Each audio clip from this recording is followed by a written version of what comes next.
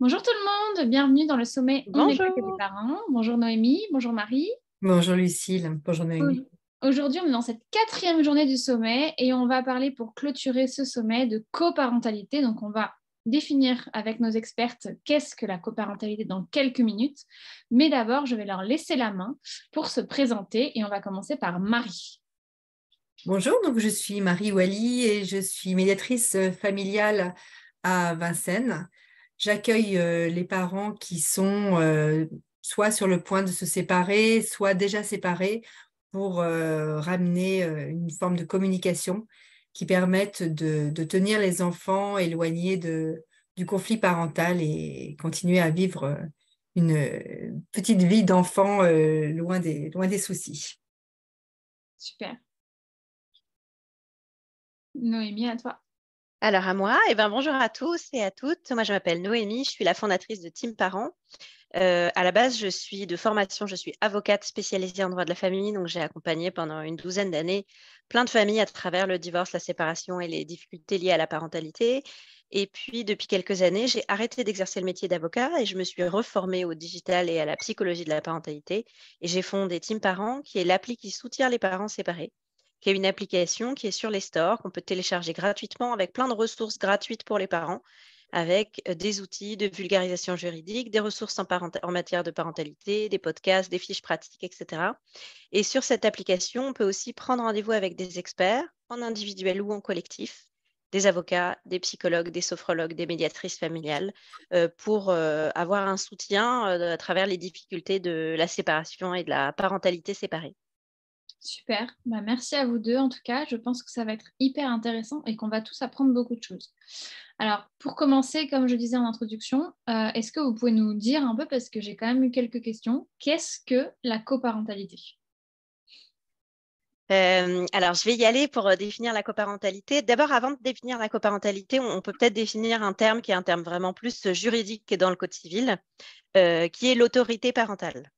En fait, l'autorité parentale, dans le Code civil, c'est décrit comme étant l'ensemble des droits et des devoirs qu'ont les parents vis-à-vis de leur enfant. Et en règle générale, statistiquement, on va dire, la plupart du temps, l'autorité parentale, elle s'exerce conjointement par les deux parents. Donc, en général, quand il y a deux parents, les deux parents ont les mêmes droits et les mêmes devoirs sur les enfants. Ils exercent conjointement l'autorité parentale, sauf quand il n'y a qu'un seul parent ou qu'il y a un parent qui est décédé, ou alors qu'on a retiré l'autorité parentale à un parent du fait de maltraitance ou de négligence, etc. Mais statistiquement, dans la plupart des cas, les deux parents exercent l'autorité parentale, même quand on est séparé. Et du coup, il y a une espèce de cogestion de l'autorité parentale par les parents qui sont séparés, qui parfois peut poser des difficultés. Je vais poser deux autres termes qui vont être importants pour le reste de la conférence. C'est la différence entre les actes usuels et les actes graves. Qu'est-ce que ça veut dire? En fait, l'autorité parentale conjointe, qui est exercée ensemble par des parents séparés, en fait, les parents doivent prendre ensemble les décisions importantes dans la vie de l'enfant, mais concrètement, savoir est-ce qu'on va manger du poisson pané ou du saumon, on n'a pas besoin de consulter l'autre parent systématiquement, surtout quand on ne vit pas ensemble, pour prendre ces décisions-là. Donc, toutes les petites décisions du quotidien, ça s'appelle des actes usuels. On a le droit de les prendre sans l'autre parent. On part du Est-ce qu'on principe va à qu'on la piscine représente. ou au parc ce week-end, tu gères ton Voilà, enfant c'est comment? ça. Chacun gère. En revanche, pour les actes graves, on doit avoir le consentement express, officiel, écrit dans certaines situations des deux parents. Par exemple, pour changer un enfant d'école ou pour déménager dans un autre pays. Ça, c'est des actes graves et donc on doit avoir le consentement et l'information des deux parents. C'est pour ça qu'il Et faut ça, c'est souvent donner important. son jugement de séparation quand il y a des actes comme ça pour qu'il voit qui a l'autorité et que les deux Exactement, parents sont d'accord. exactement. Et donc, Ok. quand on parle de coparentalité, souvent, on parle du fonctionnement de la parentalité à deux parents qui ne vivent pas ensemble. Et donc, ça implique un repositionnement relationnel après la séparation, parce que forcément, on ne vit plus ensemble, on a vécu parfois un drame amoureux, parfois des choses difficiles, une procédure difficile, et parfois c'est compliqué de retrouver chacun sa place dans la parentalité et dans l'exercice de l'autorité parentale. Ok. Ce qui me semble aussi important de préciser, c'est que peu importe le temps que l'enfant passe avec son parent, le poids de la décision est exactement le même. Oui. Donc, même si l'enfant qu'il soit en résidence alternée ou simplement 10 jours par an avec un de ses parents, la décision se prend à deux. Toutes les décisions se prennent à deux. Ok, d'accord, intéressant. Et donc, pourquoi c'est important cette coparentalité? Enfin, nous, je sais pourquoi j'ai voulu parler de ça dans ce sommet et pourquoi je vous ai contacté. Mais pourquoi, selon vous, qui accompagnez des familles au quotidien, c'est important? Et c'est quoi les enjeux vos enjeux à vous en tant qu'accompagnante de ces familles particulières? Je ne sais pas si on peut dire ça, puisqu'il y en a quand même de plus en plus. Donc, Ouais, c'est devenu presque la norme plutôt. de ce schéma en tout cas qui n'est pas Ouais, traditionnel, même s'il devient voilà. voilà, bientôt normal. Et puis voilà, on vit très bien avec des parents séparés. Voilà. Qu'est-ce qui est important? Pourquoi c'est important? Et quels sont selon vous les principaux enjeux? D'abord, ça permet une bonne coordination entre les parents. S'il y a le moindre conflit, les parents se concentrent sur leur conflit et ne peuvent plus se concentrer sur le bien-être des enfants. Il est possible qu'ils ne repèrent pas des choses qui seraient pourtant flagrantes parce qu'ils sont obnubilés par leur conflit. Donc, il est déjà important de se concentrer sur l'intérêt des enfants et donc s'organiser pour que ce soit le plus fluide possible et le plus confortable possible pour que les enfants naviguent sereinement entre les deux maisons. Donc, cette bonne coordination, cette coparentalité sereine permet cette organisation fluide. Ça permet également une solidarité et un soutien entre les parents en cas de besoin. Ça permet de montrer aux enfants, ça permet de donner l'exemple aussi et de montrer aux enfants que tout ne se résout pas forcément qu'en termes de conflit. On peut se séparer, on peut ne plus s'aimer comme avant, mais on peut continuer à s'organiser et continuer à se respecter, en tout cas. Le respect, c'est vraiment un exemple important à conserver. Il ne faut pas oublier que les enfants sont de futurs parents, sont de futurs conjoints, sont de futurs... voilà. Donc, il est important qu'ils aient aussi un exemple de vie respectueuse et de moments comme ça qui sont destinés à être Si je peux peut-être rebondir sur Marie, oui. on entend beaucoup, et aller dans ton sens, hein, mais on entend beaucoup parler de parentalité positive, de communication positive, etc. Donc, Oui. il y a en plus plein de débats en ce moment sur les réseaux sociaux sur la parentalité positive. En fait, moi, je trouve que toutes les valeurs de la parentalité positive, la communication non violente, le fait de respecter l'autre, etc., et on parle beaucoup de ça dans les rapports des parents vis-à-vis des enfants. Oui. Et en fait, si on a à cœur de se comporter bien avec son enfant, de prendre de la hauteur, de lui parler bien, d'être positif, etc., mais qu'entre parents, en fait, on manque de respect, on n'écoute pas l'autre, on n'a aucune empathie parce qu'on est trop marqué par la séparation, d'une part, soi-même en tant que parent, ça nous fait souffrir et ça nous fatigue plus. Et du coup, on a moins de soutien de l'autre parent. Mais d'autre part, en fait, on montre un contre-exemple à nos enfants. C'est-à-dire que la parentalité positive, pour moi, elle n'a de sens que si aussi entre parents, quand c'est possible, parce que je ne parle pas de contexte vraiment toxique ou de violence, mais quand c'est possible, on applique ces espèces de règles de vie aussi entre nous, entre parents. Oui, tout à Et fait. C'est une puis, vertu pour les enfants. Excusez-moi, j'ai eu une coupure de l'écran, j'ai cru qu'on était plus connectés. pas de souci, tout va bien. Puis en fait, on sait aussi, grâce à l'imagerie cérébrale, que les enfants apprennent en voyant. Par Et le donc, modèle, ouais. voilà, et c'est bien beau de leur dire il faut bien parler, il faut respecter, il faut dire bonjour. Si vous ne dites jamais bonjour aux gens quand vous les croisez, bah, ils ne vont pas apprendre à dire bonjour. Donc, si vous ne montrez pas le respect dans votre quotidien aux personnes qui méritent le respect, comme tu disais Noémie, évidemment, ça exclut les cas un peu extrêmes.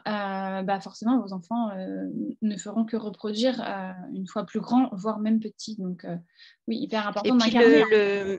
le conflit est aussi quelque chose de toxique pour les enfants. Moi, j'avais lu des études, parce que souvent, moi, j'ai beaucoup de questions sur est-ce que la séparation va faire souffrir mes enfants, est-ce que je dois rester pour eux, etc. Et en fait, il y a des études, notamment aux États-Unis, qui ont été menées sur l'impact de la séparation sur les enfants et qui font ressortir qu'en réalité, c'est moins la situation familiale, l'histoire de la famille, la composition familiale qui a un impact sur le développement de l'enfant, que l'importance du conflit entre les parents. Oui, c'est ça, c'est pas la séparation qui C'est crée pas la le trouble séparation du en développement. elle-même qui crée le trouble, le trouble du développement ou les problèmes des difficultés chez les enfants. C'est plutôt le conflit aigu, long, que les parents n'essayent pas de régler. Et Alors, la encore une fois, manière il y a de des les séparer, c'est ça. situations qui ne rendent pas possible la coparentalité parce qu'on a un conflit trop aigu ou quelqu'un de violent en face, etc. Donc, j'exclus ces situations-là, qui sont malheureusement trop nombreuses. Mais dans les autres cas, en fait, travailler sur la coparentalité et travailler sur la manière dont on communique entre parents, ça a un impact direct sur le bien-être de nos enfants. Quand c'est possible, et ben, ça a un vrai impact direct sur nos enfants. Ça permet de renforcer leur sentiment de sécurité dans des moments où Ouais. les choses un petit peu s'effritent sous leurs pieds. Le fait de voir les parents les protéger de par leur fonctionnement, ça renforce vraiment ce sentiment de sécurité et ça évite qu'ils se retrouvent aussi pris dans un conflit de loyauté qui Ouais. peut souvent arriver au moment des séparations. Plus le conflit est fort, plus le conflit de loyauté pour les enfants s'installe. Très bien. Alors après, on va passer à une partie sur les questions des parents, puisque nous avons la chance que ces deux expertes que nous avons en face de nous aient posé des questions à leur communauté, qui sont les personnes les plus concernées par cette conférence. Donc, elles ont eu plein de questions, on a dû choisir. Et donc, comment annoncer c'est une question qu'on pose souvent. Comment annoncer aux enfants la séparation? Est-ce que c'est formel? Est-ce que c'est pas formel? Et comment être cohérent entre nos actes? Et on reste un peu sur ce principe de je suis cohérent entre ce que j'incarne en tant que parent et ce que j'incarne dans mon couple, enfin, dans mon ancien couple, mais en tout cas dans la relation à l'autre. Comment je l'annonce et comment avoir un discours cohérent au moment de la séparation, parce que ne serait-ce qu'en région parisienne, je me sépare, mais j'ai pas forcément tout de suite les moyens d'avoir un appart, donc peut-être qu'il va y avoir un moment où on est séparés, mais en tout cas physiquement on est encore dans le même appartement, donc voilà, c'est important d'être cohérent. Donc, comment je l'annonce et comment être cohérent?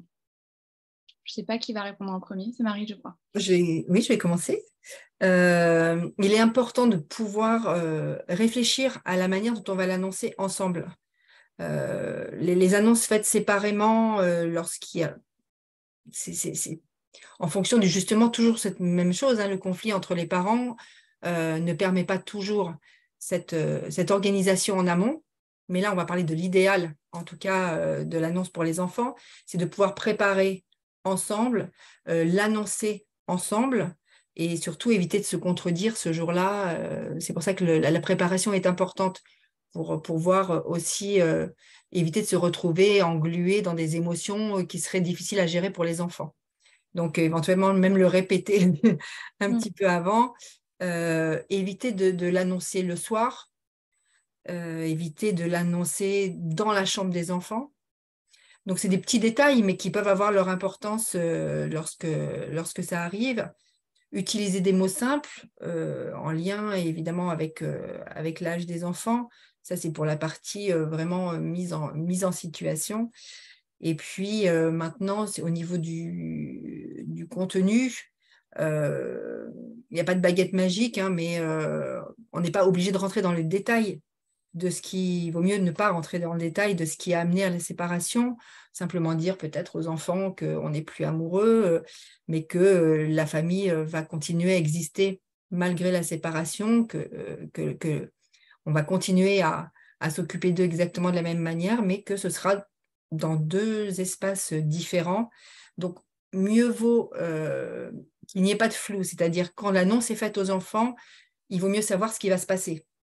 Parce que dire aux enfants, on va se séparer, mais on ne sait pas où papa va habiter, on ne sait pas où maman va habiter, ça c'est vraiment anxiogène pour les enfants. Donc, annoncer quand les choses sont déjà dessinées. Parce qu'il y a toujours ce fantasme pour l'enfant de se dire qu'il y en a un des deux peut-être ou qui va être dehors. C'est souvent ce que j'entends quand l'enfant ne sait pas où l'autre parent va aller. Il imagine souvent qu'il va se retrouver dehors. Donc, c'est vraiment extrêmement anxiogène. Donc, expliquer concrètement ce qui va changer. Ce qui sous-entend d'avoir non pas seulement préparé l'annonce, mais préparé l'après. Parce que, et puis dire aux enfants qu'eux ne pourront rien y changer, que ce n'est pas de leur faute, surtout les déculpabiliser de cette séparation. Ce n'est pas de leur faute.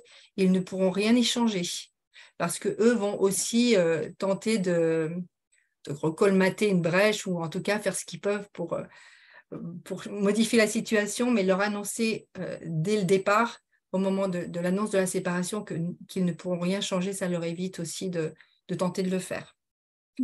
Okay. Donc, voilà, je pense que c'est intéressant. J'aurais pas pensé au point de ne pas le faire dans la chambre, mais après, maintenant que tu le dis, ça semble assez logique pour décorréler cet endroit d'un lieu qui est censé être serein.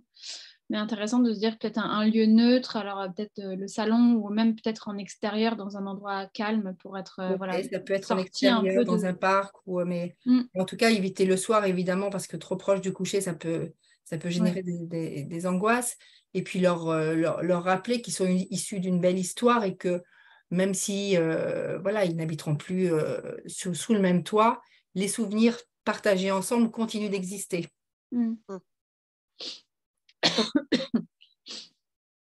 Noémie, tu voulais compléter? Non, je suis d'accord avec ce que Marie dit. Pour compléter, la seule chose que je peux suggérer, c'est que c'est possible de se faire accompagner pour ça. Oui.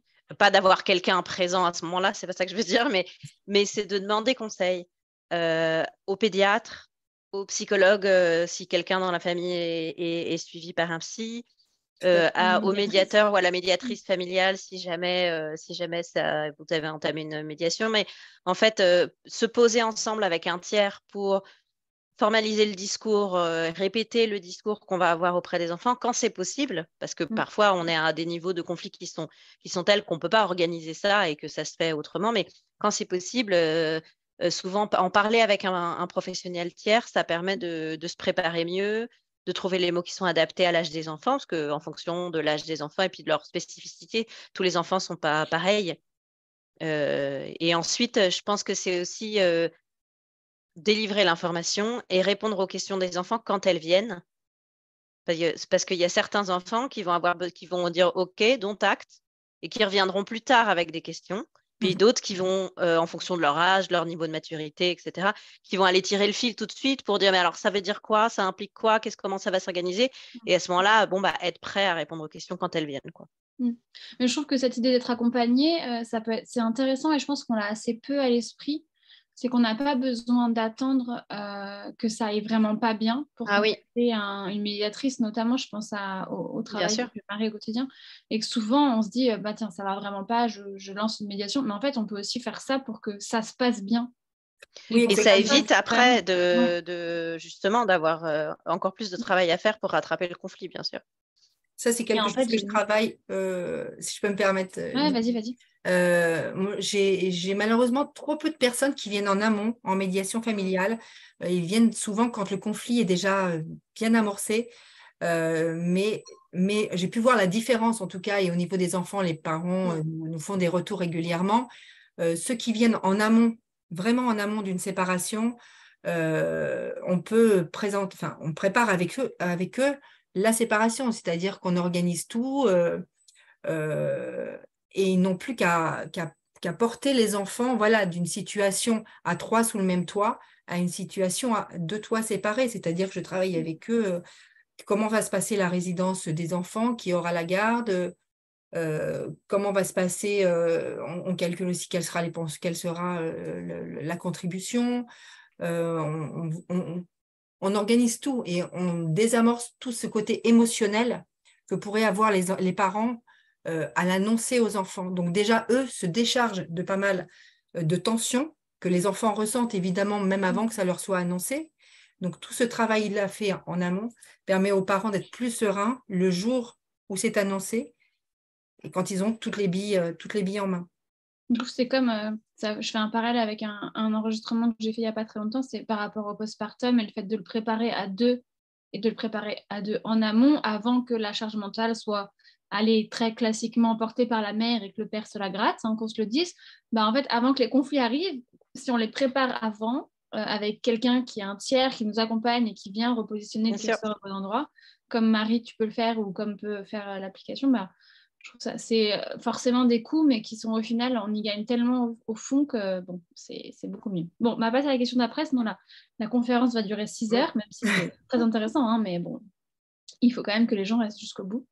Quels sont nos droits et nos devoirs en tant que parents? Donc, voilà, vis-à-vis de l'autre, est-ce qu'on doit donner son adresse? Est-ce qu'on doit lui dire où on part en vacances? Est-ce qu'on doit lui donner des informations sur la scolarité? Est-ce qu'on doit répondre au téléphone la semaine où c'est nous qui avons les enfants et pas lui? Est-ce qu'on doit répondre au téléphone quand on n'a pas les enfants? Voilà, c'est une vraie question. Si mon amie passe par là, elle comprendra mes petites choses que j'ai rajoutées dans votre question que vous m'aviez donnée, parce que vous aussi, vous avez compris. Voilà, quels sont nos droits et nos devoirs vis-à-vis de l'autre? Je crois que c'est Noémie qui va commencer. Alors, ça, c'est une vaste question. Il n'y a pas dans le Code civil un inventaire précis de ce qu'on doit faire, ce qu'on ne doit pas faire, ce qu'on doit dire, ce qu'on ne doit pas dire, à quelle fréquence on doit appeler, combien de temps on doit appeler l'autre parent quand on est en vacances, etc. Il n'y a pas une liste exhaustive de ça. Mais il y a des grandes règles qu'on se doit d'appliquer. D'abord, on va parler là du cas où on exerce l'autorité parentale conjointe. Oui. Parce que quand ce n'est pas le cas, l'autre parent a quand même un droit d'information sur la situation de son enfant, même dans des cas, dans la plupart des cas, on va dire. Mais là, on va parler du cas le plus répandu statistiquement, c'est-à-dire l'autorité parentale conjointe avec les enfants qui sont, on va prendre un exemple là, les enfants sont chez maman et un week-end sur 2 et le mercredi chez papa. Voilà, c'est un exemple. Il y a évidemment tout un panel de situations. Alors, on va prendre les sujets les uns derrière les autres. D'abord, les grandes informations. Et donc, on revient à la différence entre acte usuel et acte grave. Tout ce qui ressort des actes graves, c'est-à-dire la scolarité, le lieu d'habitation, les problèmes de santé, important, hein, je veux dire, pas un angle incarné, quoi, mais voilà, des problèmes de santé importants. On doit informer l'autre parent et on doit recueillir son consentement quand il s'agit de décisions importantes. Donc, si on déménage, on a l'obligation de donner sa nouvelle adresse à l'autre parent, qu'on ait les enfants en résidence ou qu'on n'ait pas les enfants en résidence. Même le parent qui a ses enfants qu'un week-end sur 2, il doit donner son adresse à l'autre parent, l'adresse où il vit. On doit donner les informations sur la scolarité. Alors, moi, quand j'ai commencé ma carrière d'avocat, la plupart des écoles n'envoyaient les livrets, les convocations aux réunions parents-prof, etc., qu'à un seul parent. Et c'était souvent le parent qui avait la résidence et qui avait pour charge d'informer l'autre parent. Aujourd'hui, je vois quand même que la séparation s'est beaucoup démocratisée et la plupart des écoles informent les deux parents de toutes les informations sur l'école, sur les réunions parents-prof, les sorties, les bulletins, etc. Et donc, c'est un peu moins la responsabilité du parent qu'à la résidence de transmettre les infos. La plupart du temps, ça vient de l'école. Mais quand ce n'est pas le cas, oui, effectivement, on doit informer l'autre sur ce qui se passe dans la scolarité de l'enfant. Pour les informations, encore une fois, il faut avoir un peu de bon sens. Un enfant qui s'est disputé avec son copain en moyenne section, on n'a pas l'obligation d'informer l'autre parent systématiquement quand il s'est passé quelque chose. En revanche, si un enfant est convoqué à un conseil de discipline, eh ben, on doit en informer l'autre parent s'il n'a pas été informé directement par l'école. Donc ça, c'est les grosses informations. Ensuite, il y a les questions, c'était est-ce qu'on doit appeler l'autre parent? Est-ce qu'on doit accepter les appels de l'autre parent? Est-ce qu'on doit donner son adresse en vacances? Oui. Voilà. Alors, sur la communication, dans le cadre de la coparentalité et de l'autorité parentale conjointe, on doit permettre une bonne communication de son enfant avec l'autre parent. Mais encore une fois, dans le Code civil, la loi n'a pas listé la fréquence et la durée des appels, le nombre de SMS, etc. Il s'agit de trouver le juste équilibre en fonction de l'âge de votre enfant, du niveau relationnel que vous avez entre parents et l'enfant avec l'autre parent. Mais ce qui est sûr, c'est que si par exemple les vacances d'été sont réparties un mois chez papa et un mois chez maman, pendant le mois où on est où l'enfant est avec l'autre parent, il faut que le parent qui n'a pas l'enfant puisse le joindre et puisse avoir un minimum de communication avec l'enfant. Ça ne veut pas dire lui parler tous les jours, ça veut dire lui parler quelques fois pendant le mois. Est-ce qu'on doit donner l'endroit où on va en vacances? En principe, oui, on doit donner cette information. On n'est pas obligé de donner le numéro de la chambre d'hôtel, mais on doit dire où est-ce qu'on va en vacances, etc. Tout ça, encore une fois, c'est dans des situations, on va dire, classique, c'est-à-dire autorité parentale conjointe dans une situation classique. Quand on est dans une situation où il y a des violences et où il y a une mise en danger d'un côté ou de l'autre, c'est d'autres règles qui peuvent s'appliquer et il peut y avoir des mesures de protection qui sont prises par le juge. Est-ce qu'on est obligé de répondre au téléphone à l'autre parent, entre parents? Ça, pour le coup, juridiquement, non. C'est-à-dire qu'on peut avoir les échanges minimaux qui peuvent être par écrit entre parents pour organiser vraiment logistiquement la vie de l'enfant. Après, quand on est dans une recherche de construction d'une équipe parentale après la séparation pour avoir une éducation cohérente, c'est compliqué de ne le faire que par écrit. Mais parfois, on a besoin de temps après la séparation et même parfois de plusieurs années où on ne se parle plus trop, justement pour refroidir un peu le climat et pour reprendre un peu possession de sa vie avant de reconstruire la relation avec l'autre parent. Mais de mémoire, Marie, tu m'avais dit que tu avais des familles que tu accompagnais parfois sur le long terme et que tu recevais par exemple tous les 6 mois pour justement, c'était en fait, tu étais un peu le médiateur, hein, c'est le cas de le dire, sur ces grandes discussions, ces grands choix, etc. Et donc ça peut aussi, ça peut être pas que ponctuel cet accompagnement, mais ça peut être aussi un pointillé qui vient nous aider en fait à maintenir un lien correct.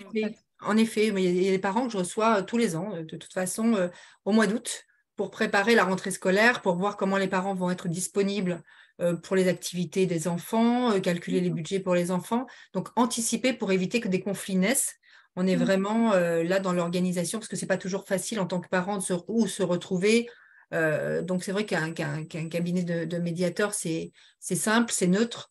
On se consacre pendant 1 heure et demie et il y a des personnes que je ne vois qu'une fois par an pendant 1 heure et demie et ils viennent avec toutes les questions qui se posent, tout ce qu'ils souhaitent discuter avec l'autre. Et puis voilà, l'année est comme ça décidée ensemble avant la rentrée scolaire. C'est formidable de pouvoir faire ça et les familles qui arrivent à mettre ça en place, je trouve ça… Parce qu'il y a les questions logistiques. C'est-à-dire qui fait la réunion de pré-rentrée, comment on répartit les vacances, etc., qui sont vraiment de la logistique qu'on peut gérer par échange de mails.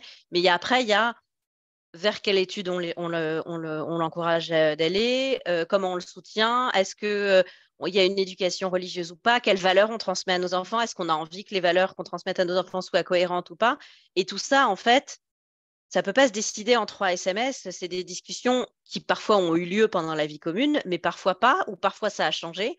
Et donc, se faire encadrer et accompagner par un professionnel pour rééquilibrer ça et puis retrouver des repères après la séparation, je trouve que c'est formidable et ça devrait, on devrait donner accès à ça à toutes les familles qui se séparent quand c'est possible.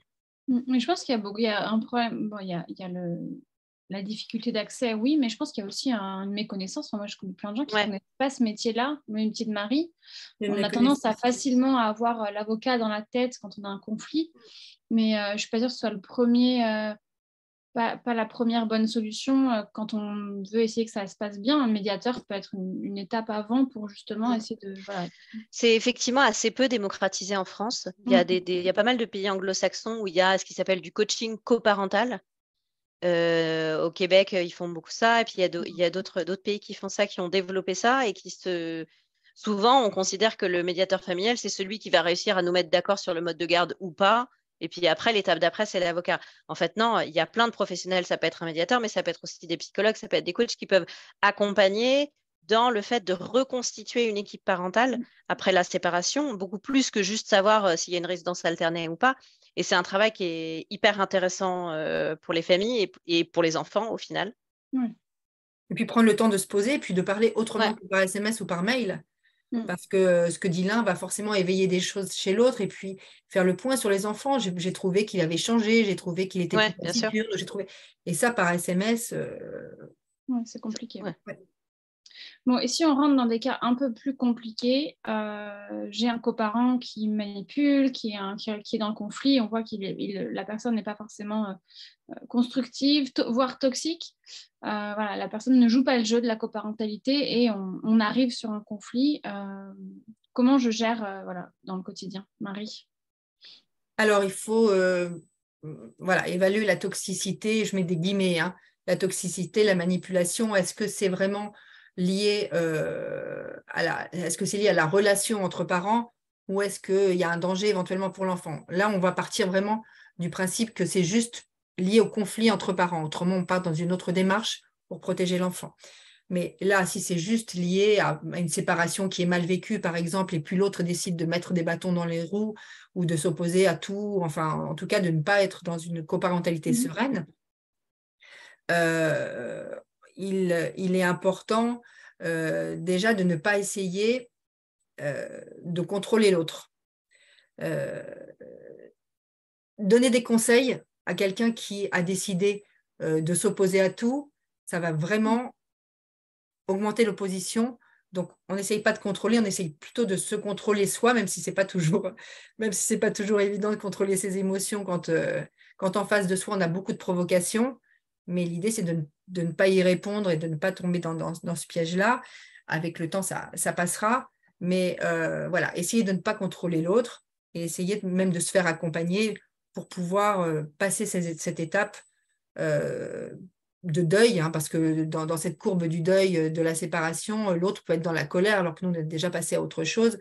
Il faut comprendre aussi que l'autre n'est pas forcément au même rythme, ne gère pas forcément la séparation au même rythme que nous. Donc déjà, ne pas essayer de le contrôler. Ne pas dénigrer le parent, en tout cas aux yeux, même si on est très en colère, surtout protéger les enfants de notre ressenti. Donc, ne pas dénigrer l'autre, même s'il est dans la provocation, même si l'enfant a assisté à certaines choses. Voilà, garder pour soi ce qu'on pense. Et puis, ne pas être dans la surenchère. Si, par exemple, le parent a décidé de vous embêter et puis doit ramener l'enfant à 18h, à 19h, il n'est toujours pas là, ben, la prochaine fois, quand c'est votre tour, ben, ce n'est pas la peine de ramener à 20h. Voilà, ne pas être dans la surenchère parce que ça ne va faire que flamber le conflit, en fait. Ouais, exactement. Donc, et puis, il faut aussi, si c'est possible, évaluer, repérer ce qui peut créer des tensions. Il y a des rythmes, souvent, il y a des cycles de tension. Donc, évaluer ce qui peut faire flamber ça. S'écouter, en fait. Il faut vraiment s'écouter et puis ne pas accorder plus d'importance que ça à la provocation en face. C'est vraiment très important, hein, de ne pas surenchérir. Donc, ce qui n'est pas facile, mais ce qui fonctionne pas mal, c'est d'écouter l'autre, l'écouter, même si c'est difficile, l'écouter parce que moins on écoutera, plus il sera obligé de se manifester. Donc, l'écouter, sans forcément prendre dessus, l'écouter pour faciliter la coparentalité malgré tout, et puis surtout pour éviter de faire flamber l'animosité.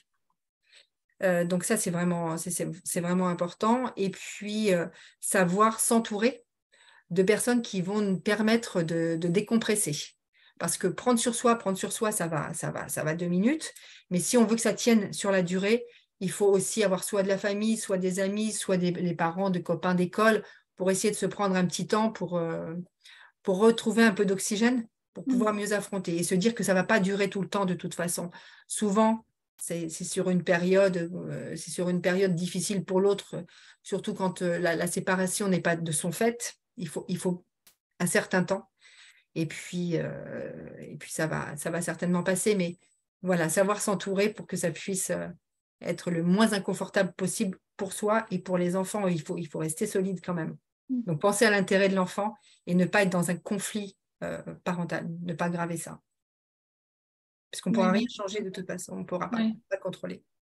Noémie, tu as quelque chose à rajouter? Ouais, alors pour compléter, d'abord sur ce qu'on dit de l'autre parent à l'enfant. Notre enfant, il est à moitié issu de l'autre.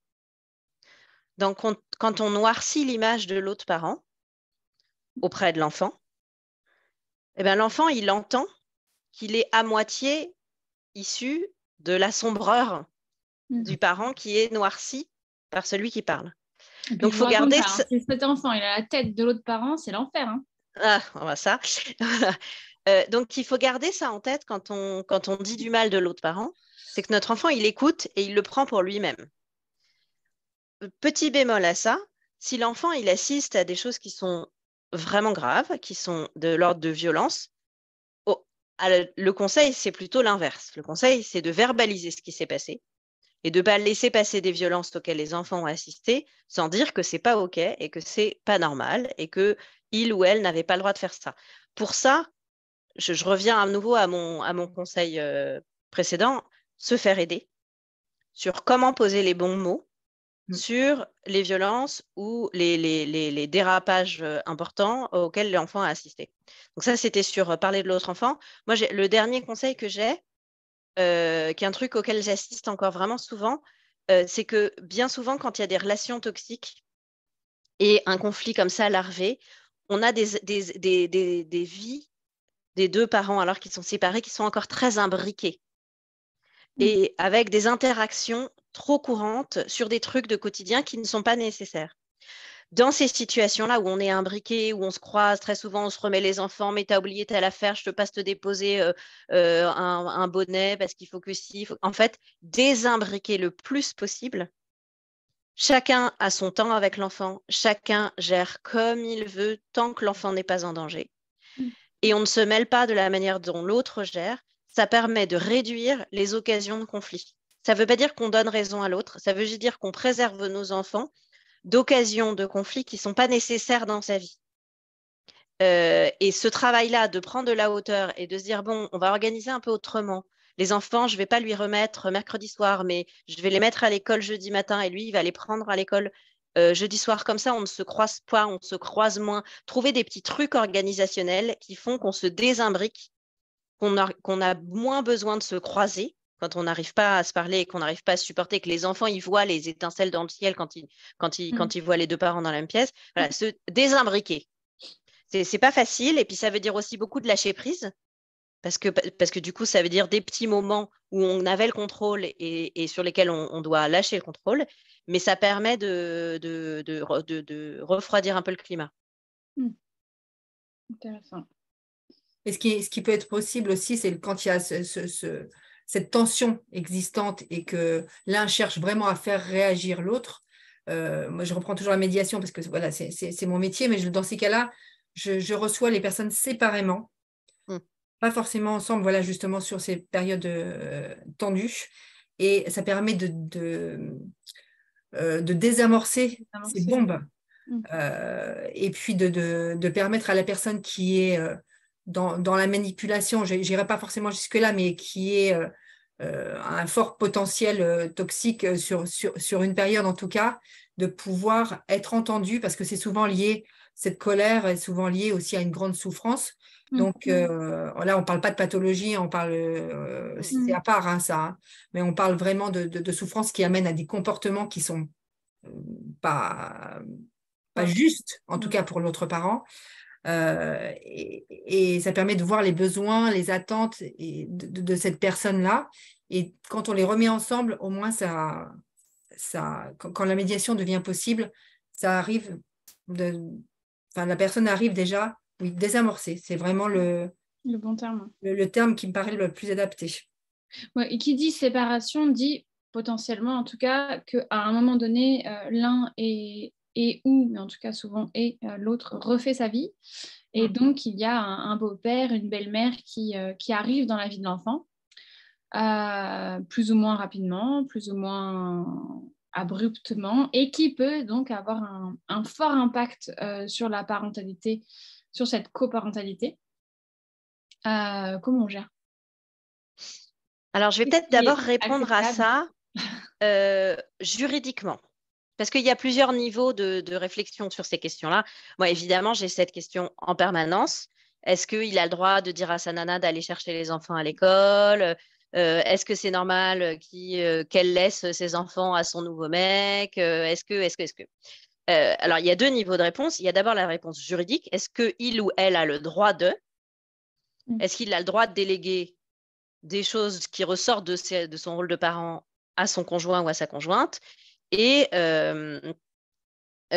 ensuite, il y a l'autre niveau qui est est-ce que c'est bien? Est-ce qu'on peut agir contre ça? Qu'est-ce qu'on peut faire? Alors, d'abord, juridiquement, un parent a le droit de confier son enfant à qui il veut sur son temps de garde, que ce soit son conjoint, sa conjointe, ses parents, son frère, sa sœur, un ami, un voisin, etc.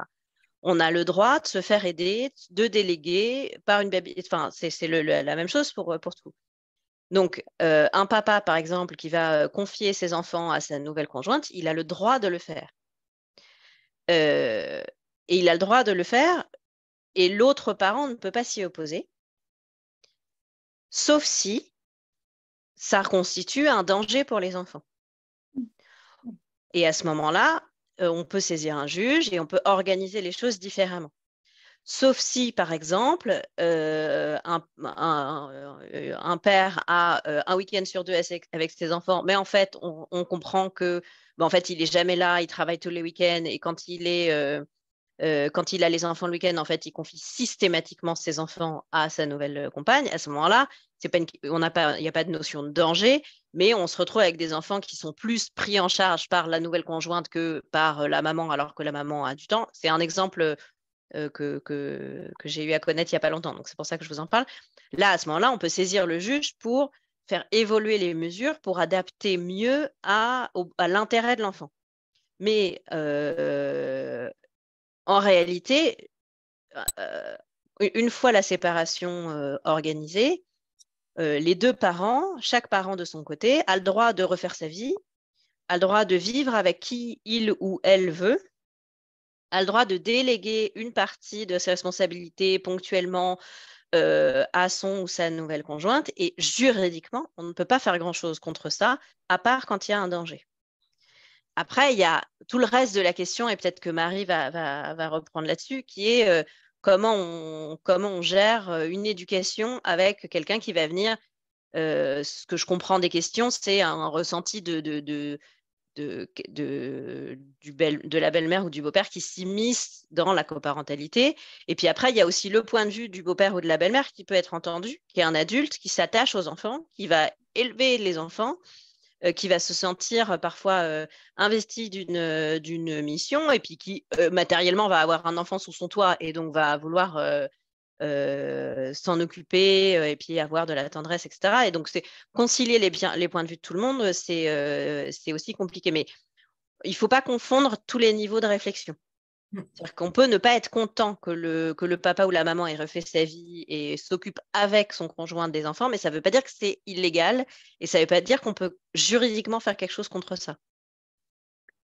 Oui, c'est ça. Tout dépend. Est-ce que le nouveau conjoint est intrusif de manière vraiment intrusive, telle qu'on peut l'entendre, ou bien est-ce que c'est trop intrusif pour moi? Parce que j'ai des parents qui viennent et puis qui me disent j'en peux plus, la nouvelle belle-mère, elle lit une histoire le soir à mon fils avant de s'endormir. Elle n'a pas le droit de faire ça. Donc, c'est de l'intrusion. Donc, voilà, l'intrusion, il faut voir si c'est trop pour moi ou si c'est trop juridiquement parlant. Donc là, à partir, comme tu Alors, disais, juridiquement parlant, clairement, si on va voir un juge aux affaires familiales pour dire la belle-mère de mes enfants lit une histoire à mes enfants tous les soirs, le juge ne va rien faire. Exactement. Ça ne veut pas dire que ça ne fait pas souffrir. Exactement. Alors là, la je maman, comprends tellement voilà. mon petit cœur de maman me dit « Ah, c'est quelqu'un d'autre qui lisait les histoires à mes enfants. » Mais relationnellement, c'est vrai que c'est très difficile, mais on ne peut pas trouver de traduction juridique à ça. C'est ça. Mais il y a les parents qui disent je vais voir le juge pour ne pas que sa nouvelle compagne lui fasse un bisou avant qu'il s'endorme, pour ne pas qu'il lui lise d'histoire, pour ne pas. Et moi je dis mais l'enfant n'est pas en danger. Qu'est-ce qu'on attend de l'autre en fait? Où se situe l'intrusion? Est-ce que l'autre parent décide des punitions? Est-ce que l'autre parent décide de la religion? Est-ce que l'autre parent, le nouveau conjoint ou la nouvelle conjointe, quel est le niveau d'influence dans ces cas-là? Donc, c'est à voir aussi avec le parent. C'est avec le parent qu'il faut voir ça et dire là, c'est pas possible, ça, je ne supporte pas. Je reçois très, très régulièrement en médiation des parents et même des nouveaux conjoints et des nouvelles conjointes, et on reprend, par exemple, toutes les rubriques, c'est-à-dire au niveau de l'alimentation, quel est le rôle et la place de chacun, au niveau de l'éducation, au niveau de l'alimentation, au niveau vestimentaire. Il y en a qui changent le style vestimentaire des enfants, qui veulent, par exemple, que les filles soient toujours en jupe ou soient pas en... Bref. D'autres disent, mais c'est la nouvelle belle-mère, c'est elle qui décide de tout. Donc, il est important de voir avec son ex-conjoint ou son ex-conjointe déjà tout ce qui nous pose problème, tout ce qui nous parasite. Et on peut prendre toutes les rubriques et voir sur quoi on peut agir, parce que c'est pas facile d'être nouveau conjoint ou nouvelle conjointe Non, aussi. clairement pas.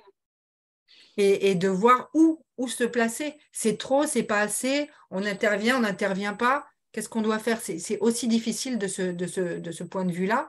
Donc, c'est intéressant de pouvoir décliner jusqu'où on va. Est-ce qu'on fait faire le devoir? Est-ce qu'on va chercher à l'école? Voilà, il faut vraiment prendre le temps de se poser Mm. et de voir ce qu'on peut faire. Parce que voilà, ce que je dis, l'intrusion, tout dépend de quel point de vue on se place. S'il y a des belles-mères qui nous écoutent, on a fait une conférence l'année dernière qui est disponible sur ma chaîne YouTube librement et qui était assez intéressante sur justement ce rôle que moi je trouve très très ingrat parce que je suis belle-mère. Et c'est pour moi, de mon point de vue, après chacun a le sien, mais en tout cas c'est beaucoup de devoirs parce que forcément j'ai un enfant comme c'est Noémie sur mon toit, donc je dois le nourrir, m'en occuper émotionnellement, potentiellement l'amener à cette activité quand son papa ne peut pas. Et puis au niveau des droits, en fait, il y a un peu moins il y a un peu moins de monde sur cette liste-là, je trouve. Donc c'est compliqué, c'est assez compliqué comme rôle et c'est pas facile. C'est vraiment pas facile comme sujet. Bon, merci beaucoup. On va passer à la dernière partie. On va être dans le pratico-pratique pour conclure. Les tips et les bonnes pratiques pour faire en sorte que ça se passe bien. Vous avez sûrement 2-3 petites choses à nous dire. Je crois que c'est toi, Marie, qui commence pour nous donner, afin de clôturer cet échange sur du pratico-pratique, même si on en a dit beaucoup des choses pratico-pratiques. Comment je gère? Oui, voilà, vous ne devez pas être dans la redondance, mais essayer de penser, voilà, toujours par le prisme de l'intérêt de l'enfant, donc se décentrer quand on est dans une coparentalité, se décentrer, essayer de mettre de côté ses rancœurs pour un moment et puis se placer toujours du point de vue de l'enfant. Qu'est-ce qui lui fait plaisir? Qu'est-ce qui lui fait du bien? Parce on peut avoir tendance à plaquer nos rancœurs sur ce qui serait bien ou pas pour l'enfant de notre place, mais savoir s'arrêter un petit moment de temps en temps et se dire vraiment pour lui ou pour elle, qu'est-ce qui est le mieux de sa place. Donc voilà, savoir se décentrer, ça paraît vraiment essentiel. Après, il y a plein de petits outils. On en parlait avec Marie la dernière fois pour préparer cette conférence. Tu me parlais d'outils de visualisation pour les enfants, etc. Oui. Toi, tu conseilles ça aux familles, il me semble. Voilà, pour que ce soit le plus facile possible pour l'enfant, pour qu'il puisse naviguer, comme je disais, sur une mer sereine entre ses deux parents. C'est utiliser des outils voilà, pour qu'il puisse lui aussi se repérer dans cette nouvelle organisation. Donc, par exemple, mettre sur le frigo un planning, peu importe l'âge en tout cas. Chaque enfant, en fonction de son âge, peut se positionner sur ce petit planning de la semaine avec des pictogrammes, des choses qui auraient été choisies avec les enfants pour savoir. Et le matin, il pose, il sait exactement quand est-ce qu'il va aller chez l'autre parent. S'il a des choses à emmener de chez un parent, chez l'autre parent, coller par exemple ses affaires de piscine, le petit sac piscine ou des choses voilà, qu'on aura fabriquées avec les enfants pour coller sur ce petit tableau qui pourra être aimanté, enfin peu importe. Mais en tout cas, le faire participer à cette organisation pour qu'il y ait lui aussi les bons repères. De toute façon, c'est un point, si je sors du contexte de la coparentalité, les enfants, moi je trouve à partir de 2 ans, 2 ans et demi, ont besoin de savoir ce qui va se passer et c'est un cadre qui est sécurisant. Le rituel du coucher est fait aussi pour ça. Je sais que je vais avoir l'histoire, on va se laver les dents et donc après je vais aller au dodo, je vais m'endormir et ça va bien se passer. Et en fait, savoir ce qui se passe sur la semaine avec des tableaux et des choses soit toutes faites, soit des choses qu'on peut faire soi-même. Moi, c'est ce que je fais, je plastifie, je fais des étiquettes et en tout cas, on a des petits trucs aimantés. Et en fait, il sait qui l'amène à l'école, il sait qui le récupère, il sait qui s'occupe de lui mercredi s'il y a un rendez-vous, il sait quand est-ce s'il y a des soirées, s'il y a des trucs, enfin bref. Et au final, je trouve que ça les sécurise beaucoup, les enfants. Alors, et d'autant plus quand il y a 2 maisons. Et d'autant plus ce besoin, il est encore plus... Un enfant a besoin de cette sécurité au niveau de qu'est-ce qui se passe après globalement. Alors, avec 2 maisons et un contexte qui est encore un peu plus compliqué à gérer, surtout quand ils sont tout petits, je ne peux que abonder dans ton sens, Marie et Noémie. C'est vraiment un outil indispensable pour tous les enfants et surtout pour ceux qui Exactement, il est acteur aussi, il ne Mm. subit pas la situation, il agit aussi en collant. Mm. Ça vaut pour tous les enfants, voilà, d'autant plus dans ce cas de figure. Après, il y a plein d'outils aussi qui sont... Alors, il y a comme petits tips, il y a plein d'outils, notamment digitaux, pour aider les parents à mieux gérer la coparentalité. Alors, je ne vais pas reparler de l'appli Team Parents, mais effectivement, il y a plein de contenus sur ces sujets-là et des groupes de soutien, des groupes de parole, des rendez-vous avec des spécialistes et aussi des contenus vraiment sur cette question-là. Mais il y a aussi des outils vraiment organisationnels. Alors, il y a des tas de gens qui ils ont un agenda, un Google Agenda partagé et puis ça suffit. Mais il y a aussi des applis qui sont vraiment spécialisées. Je pense en particulier à une appli qui s'appelle Shared et qui est une appli qui, à la base, a été créée pour les parents séparés et sur laquelle on peut mettre un planning de garde ou de résidence, partager des documents, calculer la pension alimentaire, etc. Il y en a plusieurs des applis de ce type-là. Il y en a une qui s'appelle My Families, Co-Organise. Bon, il y en a plein et puis il suffit de vraiment tester et puis voir celles qui vous correspondent le mieux, mais qui permettent entre parents de centraliser toutes les informations et d'avoir un lieu d'échange vraiment logistique qui permet parfois de réduire un peu le conflit. La charge mentale. Et la charge mentale, bien sûr. Et si on peut donner un dernier tip, et si on a encore 2 minutes, je me répète un peu, mais je reviens là-dessus pour conclure, qui est important, c'est ne pas hésiter à se faire soutenir, à se faire aider pour ces étapes-là, soit même pour aller bien en tant que parent, pour réapprendre à communiquer à l'autre, soit ensemble, soit autour de l'enfant, soit pour l'enfant, soit pour soi. Il y a plein de modalités, il y a plein de possibilités de se faire aider. Soit via des applis comme Team Parents, soit en ville, on dit. Il y a des psychologues, il y a des pédopsychiatres, il y a les médiateurs familiales, il y a les avocats pour la partie juridique, évidemment, mais il y a des associations, il y a des groupes de parole. En fait, c'est déjà juste pour la parentalité tout court. C'est un métier tellement compliqué qu'il faut démocratiser la possibilité de se faire soutenir. Mais en plus, pour la parentalité solo, séparée ou recomposée, c'est encore plus complexe parfois. Il y a encore plus de challenges et donc il ne faut pas hésiter à s'offrir la possibilité d'avoir du soutien et de prendre du recul pour avancer mieux. Voilà. Tout à fait d'accord. Vous l'avez dit au début, mais donc Marie, on l'a évoqué, est médiatrice familiale à Vincennes. Donc, tu reçois ça, les familles, dans ton cabinet à Vincennes. Oui. Je ne sais pas si tu fais de la visio. Oui, je fais de la visio, tout à fait. Qui peut aider aussi dans une démarche, c'est un peu moins engageant aussi, je trouve, d'aller voir un pro. Moi, je trouve que rester chez soi, c'est déjà un confort quand on a des enfants parce qu'on peut se connecter à des heures. Il y a des horaires, des médiations à des horaires où les enfants sont couchés. Oui, voilà, c'est assez pratique, surtout quand on n'a pas beaucoup de soutien aux alentours. Ça peut être pratique et puis ça peut être plus simple aussi pour les premiers rendez-vous. En tout cas, c'est mon point de vue. Et puis Noémie est la fondatrice de Team Parents, donc c'est vraiment le couteau suisse de la famille séparée, recomposée pour se faire aider et pour essayer, comme vous disiez, de se centrer sur les enfants en fait, parce que c'est un peu ça le fil rouge de la discussion, c'est se dire ok, on peut ne pas aller bien, on peut ne pas être d'accord, mais en fait l'idée c'est quand même de protéger les enfants. Alors on ne dit pas qu'ils vont être traumatisés de la séparation, mais en fait c'est quand même plus agréable si on peut se centrer sur eux et faire en sorte que ce soit assez serein pour eux. C'est déjà assez compliqué à porter, même si c'est pas très, très, très, très, très grave. C'est lourd à porter pour un enfant d'avoir ses parents qui se séparent. Donc, essayons, en tant qu'adulte, d'avoir cette jugeote, même si, selon les situations, c'est pas toujours simple. En tout cas, merci à vous deux. C'était vraiment très, très intéressant. Merci à toi. Pour votre temps. Et puis, si vous voulez contacter Noémie et Marie, vous les retrouvez sur le site de On n'est pas que des parents. Vous avez tous les liens pour les retrouver. Et je vous dis à très bientôt, parce que le sommet est donc terminé. C'était la dernière conférence. Et peut-être à l'année prochaine. Au revoir. Merci beaucoup. Au revoir. Au revoir.